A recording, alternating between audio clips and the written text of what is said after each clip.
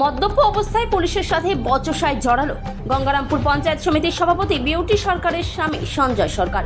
ঘটনার video viral social মিডিয়ায়। ঘটনা প্রকাশ্যে আসতেই রাজনৈতিক মহলে তীব্র চাঞ্চল্যের সৃষ্টি হয়েছে। ভিডিওটি ভাইরাল হওয়ার পর বিজেপির জেলা সভাপতি স্বরূপ চৌধুরী এই ঘটনার তীব্র নিন্দা জানিয়েছে। তাদের অভিযোগ, শাসক দলের ঘনিষ্ঠরা বারবার আইনকে বুড়ো আঙুল দেখাচ্ছেন, প্রশাসনের প্রতি নেই কোনো ভয়। সঞ্জয় সরকারের পক্ষ থেকে দাবি করা হয়েছে এই ভিডিওটি বর্তমান সময়ের নয়, বরং 1 মাস আগের।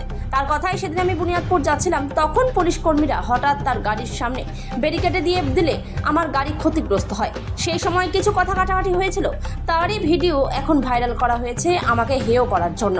তৃণমূলের জেলা সভাপতি সুভাষ ভাওয়াল বলেন, নিন্দনীয় ঘটনা, এ বিষয়ে আমি ব্লক সভাপতির সাথে কথা বলবো। এদিকে এই ঘটনায় প্রশ্ন উঠতে শুরু করেছে, কি করে পঞ্চায়েত সমিতির সভাপতির নেম প্লেট লাগানো গাড়ি ব্যবহার করে তার স্বামী ঘুরে বেড়াচ্ছেন। পাশাপাশি ঘটনাটিকে কেন্দ্র করে জেলা জুড়ে সাধারণ মানুষের মধ্যেও চাঞ্চল্য ছড়িয়েছে। আমরা বলছি এটা সম্পূর্ণ সৃষ্টিকর।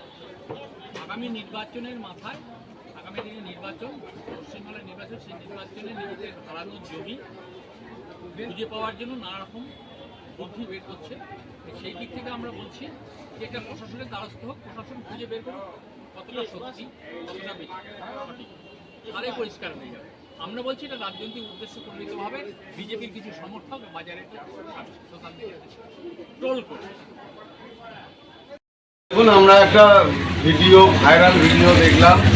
সেই ভিডিওতে পরিষ্কার দেখা যাচ্ছে যে গঙ্গারামপুর পঞ্চায়েত সমিতির যিনি সভাপতি আছেন, ওনার স্বামী সঞ্জয় সরকার রাতের অন্ধকারে মদ্যপ অবস্থায় সম্ভবত তিনি ছিলেন। আর এই মদ্যপ অবস্থায় যেভাবে পুলিশ হয়ে হয়তো নাগাছে কিংবা অন্য কিছু একটা ছিল, সেখানে যেভাবে তাকে বাকবিতণ্ডায় বা তার যে বক্তব্য আমরা শুনলাম, অশ্লীলভাবে যেভাবে তিনি আর বক্তব্য রাখছেন। তো পঞ্চায়েত সমিতির মতন একটা গুরুত্বপূর্ণ জায়গা, আর এই পঞ্চায়েত সমিতির সভাপতির গাড়ি আমরা দেখছি পাশেই দাঁড়িয়েছিল, সেই গাড়ি ইউজ করে একজন আর জনপ্রতিনিধির স্বামী কিভাবে আর এলাকাকে উত্তপ্ত করছে। অবিলম্বে প্রশাসনের উচিত এই রকম নেতৃত্বদের বা নেতাদের গ্রেপ্তার করা এবং তাদের উপযুক্ত সাজা দেওয়ার ব্যবস্থা করা। এতে এলাকার যে একটা ভারসাম্য, এলাকার যে সামাজিক স্থিতি, সেটা নষ্ট হচ্ছে।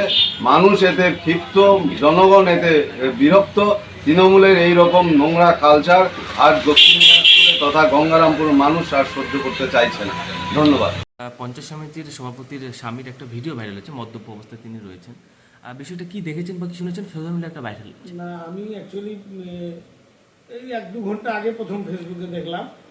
এটা অত্যন্ত দুর্ভাগ্যজনক এবং নিন্দনীয় ঘটনা।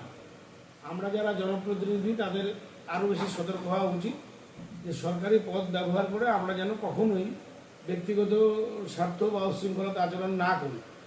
তো সভাপতি বোর্ড লাগানো একটা গাড়ি, সেটা অনেক রাত্রে মদ্যপ অবস্থায়, অ্যাকচুয়ালি ঘটনা কী হয়েছে আমি জানি না। তবে ভিডিওটা দেখার পরে গঙ্গারামপুরের ব্লক প্রেসিডেন্টের কাছে আমি জানতে চেয়েছি যে ঘটনাটা কী হয়েছে। সেটা জানলে হয়তো আরও ভালো বলতে পারতাম। তবে নিন্দনীয় এটা এখন বলছি। আর এখান থেকে ফেরার সময় আমি গঙ্গারামপুর সভাপতির সঙ্গে দেখা করব। ওনাকে বলবো যে ওনার গাড়িটা যেন ব্যক্তিগত কাজে ব্যবহার না হয়, আর যদি গাড়িটা ব্যক্তিগত হয়ে থাকে তাহলে বোর্ডটা যেন খুলে রাখা হয়। এটাই সবাইকে বলা থাকে যে আমরা ব্যক্তিগত যে পদেই থাকি না কেন, আমার বোর্ড লাগানো গাড়ি নিয়ে আমার ছেলে উচ্ছৃঙ্খল আচরণ করবে, এটা কখনোই পার্টি বরদাস্ত করবে না। তো দেখি যাওয়ার সময় সভাপতির সঙ্গে কথা বলবো, আর বিস্তারিত জানতে পারলে তখন জানাবো। তবে ঘটনা নিন্দনীয়, এ বিষয়ে কোনো সন্দেহ নেই।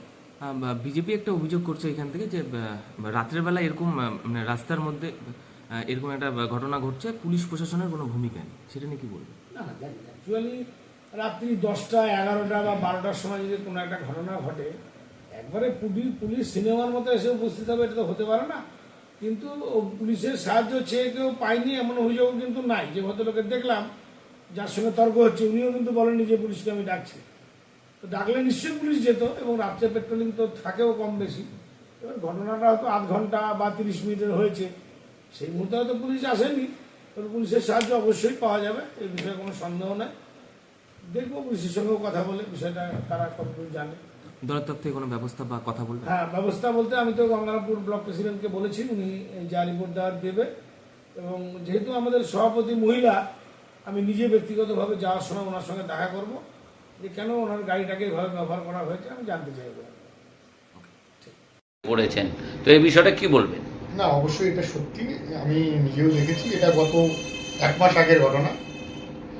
যে পুলিশের সঙ্গে আমার তর্ক বিতর্ক হয়েছিল, তার একটা কারণ ছিল, আমার এক বন্ধুকে রাত্রিবেলা আনতে যাচ্ছিলাম, আর ব্যারিকেড মানে সাইডে পুলিশ ছিল, ওটা দেখে বোঝাও যাচ্ছিল না। হঠাৎ করে ব্যারিকেড আমার সামনে ঠেলে পাঠায়। এটা কোন জায়গায়? একদম বুনিয়াদপুর স্ট্যান্ডের আগে, চৌমাথার অনেক আগে। যখন আমার সামনাসামনি ঠেলে দেয়, তখন আমি গাড়িটাকে সজোরে ব্রেক মারি এবং তারপরেও ব্যারিকেডে ধাক্কা মারে।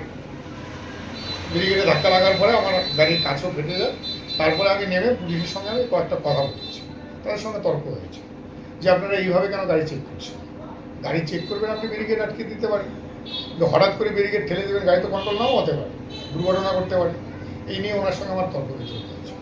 এতদিন কোনো রকম কথা বলেন, আমাকে পুলিশ ডেকেও পাঠায়নি। হঠাৎ আজকে দেখি, আমি আজকে সকালবেলায় জানি ঘটনাটা, যে ভিডিওটা ভাইরাল হয়েছে, আমিও মোবাইলে দেখছি। কিন্তু আমার সবচাইতে খারাপ লাগছে যে একজন পুলিশ অফিসার হয়ে সে আমাকে, আমি যদি অন্যায় করে থাকি, সে আমাকে অ্যারেস্ট করতে পারতেন। তা বাদ দিয়ে উনি 1 মাস পরে একটা বিরোধী দলনেতার কাছে তার ভিডিও পাঠালো। এটা নিয়ে আমার খুব দুঃখের এক বিষয় যে পুলিশ তার পুলিশের কাজ করছে না। তো ওই ব্যক্তিকে আমি বলবো, উনি প্রশাসনিক কাজ বাদ দিয়ে ওনার যদি খুব ভালো লাগে বিজেপির দলটা করুক, উনি তাতে অনেক গিনার হয়।